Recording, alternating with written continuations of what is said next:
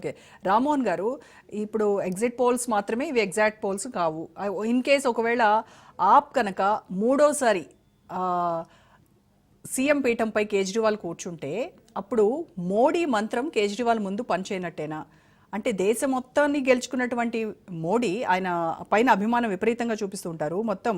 అలాంటి మోడీ మానియా ఇక్కడ దేశ రాజధాని ప్రజల ముందు వాళ్ళందరూ కూడా ఎందుకు మోడీ వైపు మొగ్గు చూపట్లేదని అనుకోవాలి? మంచి ప్రశ్న. ఎందుకంటే ఢిల్లీ అనేది ఆర్థికంగా చూసుకుంటే మన హైదరాబాద్ లేకుంటే తెలంగాణ మన తలసరి ఆదాయం కంటే 9 రెట్లు ఎక్కువ.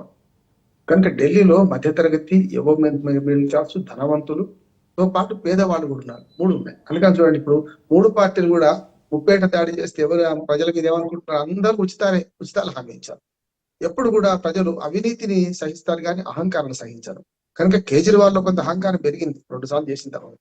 కనుక దాన్ని ఏమైనా ప్రతిఘటించే ప్రయత్నం చేస్తే ఓట్లు తక్కువ అవుతుంటారు. రెండోది కూడా చెప్తున్నాను, ఇప్పుడు కూడా రాజకీయాలు రోజు గారు మనకి సోషల్ కెమిస్ట్రీలో ఓటు ఎట్లా అవుతుందంటే చెప్పొచ్చు, కానీ సోషల్ కెమిస్ట్రీలో చెప్పలేదు. ప్రజలు అప్పటికప్పుడు భావోద్వేగాలు గురి కావచ్చు, లేకపోతే ఇది కాదు అది అనుకోవచ్చు, కానీ అందరూ మూకుమ్మడిగా ఒకే వైపు ఓట్లు వేస్తారని మొన్న హర్యానా ఎన్నిక చూసుకున్నాం, మన మహారాష్ట్ర ఎన్నిక చూసినాం, జార్ఖండ్ కూడా చూసినాం మొన్నటికి మొన్న.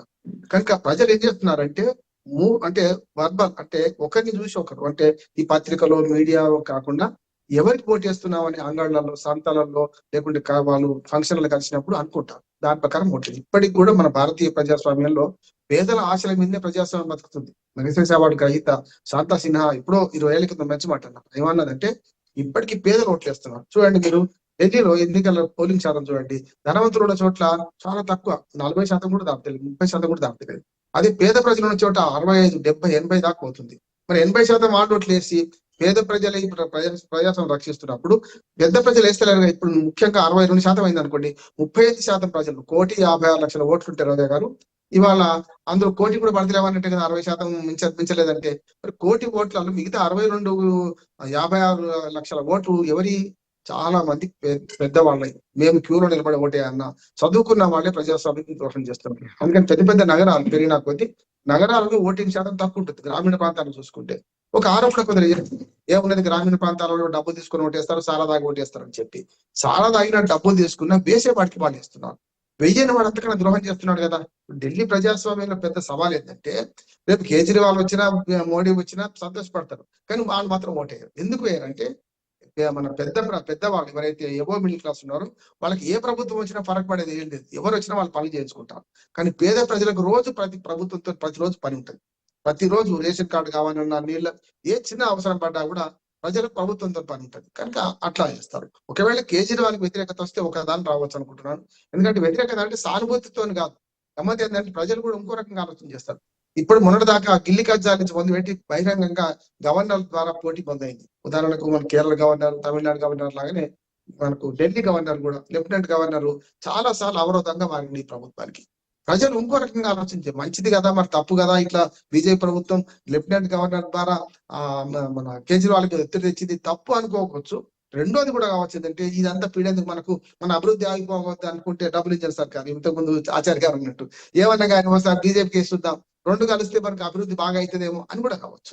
కనుక ప్రజలు ఎట్లా ఆలోచన చేస్తారనేది మనం పోస్ట్ మార్టం తర్వాత చేస్తాం, మనిషి చచ్చిపోయినాక పోస్ట్ మార్టం చేస్తాం తప్ప. ఇప్పుడు ఎగ్జిట్ పోల్స్ లో శాంపిలింగ్ కూడా రోజా గారు ఒక ప్రముఖ పాత్ర వహిస్తాయి. చాలా వరకు శాంపిలింగ్ పెద్దగా లేదంటున్నారు, అంత మేడా పాయింట్ తోనే కంప్యూటర్లో కూర్చొని పిల్లలతో చేస్తున్నారు అంటున్నారు. అంటే అంత చీప్గా తీసేస్తారని, కానీ గతంలో సర్వేకు ఇప్పటికి తేడా ఉందంటున్నాను. ఒకనాడు 83లో ఎన్టీ రామారావు గారు వస్తారంటే 200 సీట్లు దాటుతుందని ఈనాడు పత్రిక చెప్పింది. దానికి కారణం చెప్తాను. మేము అప్పుడు అందరు తాలూకా రిపోర్ట్లో ఉండేవాళ్ళం.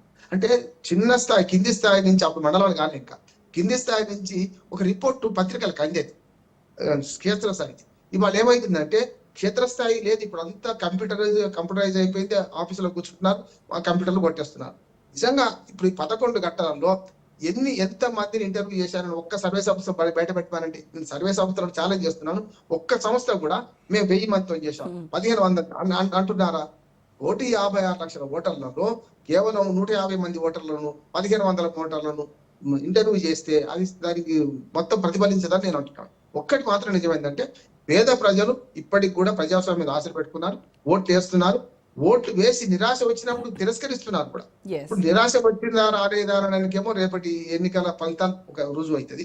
కాదు 3 సార్లు చూసినాం కదా, మరొకసారి బీజేపీకి అధికారం ఇద్దాం, 27 ఏళ్ళ నుంచి ఇవ్వలే కదా, 2 డబుల్ ఇంజన్ సర్కార్ అంటే మాకు కూడా లాభం అవుతుంది, గిల్లి కజ్జాలు ఉండే, గవర్నర్తో గొడవ ఉండదు, వాళ్ళు చేద్దాం అనుకునే పని చేస్తారు కదా అని ఆశపడరు అనుకొని చేయవచ్చు. కానీ ఇక్కడ ఏమైందంటే కేజ్రీవాల్ వర్సెస్ మోడీ, రాహుల్ గాంధీ. స్థానిక నాయకత్వం ఈ రెండింటికి లేదు. కేజ్రీవాల్ కున్న ప్లస్ పాయింట్ ఏంటంటే తను ముఖ్యమంత్రిగా చేసిండు, స్థానిక నాయకుడిగా ఒక గట్టిగా, అంటే ఆనాడు షీలా దీక్షిత్ ఎట్లానో ఇవాళ కేజ్రీవాల్ నిలబడ్డారు. కానీ మాట్లాడితే అధిష్టాన వర్గాన్ని చేయాలంటే సాహిబ్ సింగ్ వర్మ తర్వాత బీజేపీకి స్థానిక నాయకత్వం లేదు, షీలా దీక్షిత్ తర్వాత కాంగ్రెస్ కు స్థానిక నాయకత్వం లేదు. కనుక స్థానిక నాయకుడు మన కళ్ళ ముందు కనపడే నాయకుడు కావాలా, లేకపోతే మోడీ గారిని గెలిపించిన, బీజేపీ కాంగ్రెస్ గెలిపించిన పైనుంచి రుద్దబడే నాయకుడు కావాలా అని కూడా ప్రజలు ఆలోచన చేస్తే ఎడ్చు ఆమ్ ఆద్మీ పార్టీకే ఉంది అంటున్నాడు. బాగా వ్యతిరేకత ఉంది, ఖచ్చితంగా నేను చెప్తున్నాను. బీజేపీకి అనుకూలత ఉంది. వరుస చూస్తున్నారు కదా, 3 సీట్ల నుంచి 8 అయింది. 18 అయిందా, 28 అవుతుందా, 38 అవుతుందా? 38 వస్తేనే అవుతుంది. ఒకవేళ 30 దగ్గర ఆగిపోయింది అనుకోండి ఎవరు బీజేపీ, అప్పుడు ఏమవుతుంది? ఆటోమేటిక్ గా కాంగ్రెస్ పార్టీకి ఏం రాకపోతే 36 సీట్లతో వీళ్ళు వస్తారు కదా. అందుకనే ఒకటి, కాంగ్రెస్ పార్టీ బీజేపీ కలపదు. పోనీ కాంగ్రెస్ కానట్లాగా 3వ 4వ వచ్చి కేజ్రీవాల్ తక్కువ పడితే తప్పనిసరి కాంగ్రెస్ పార్టీ కేజ్రీవాల్ మద్దతు చేస్తుంది. కానీ బీజేపీ మద్దతు చేసి 2 పార్టీకి మద్దతు చేయవు కదా, అది కూడా ఫ్యాక్టర్ అంటున్నాను. ఆ ఫ్యాక్టర్ తోని బీజేపీకి మద్దతు చేసే పార్టీ వేరే లేదు. ఆమ్ ఆద్మీ పార్టీకైనా కాంగ్రెస్ కైనా 2 కలిసే అవకాశాలు ఉంటాయి. కనుక ఢిల్లీ ప్రజల తీర్పు ఎట్లా ఉంటుందో చూద్దాం. ఏదైనా సరే ఎగ్జిట్ పోల్స్ మాత్రం ఎగ్జాక్ట్ పోల్స్ కావు. ఇవన్నీ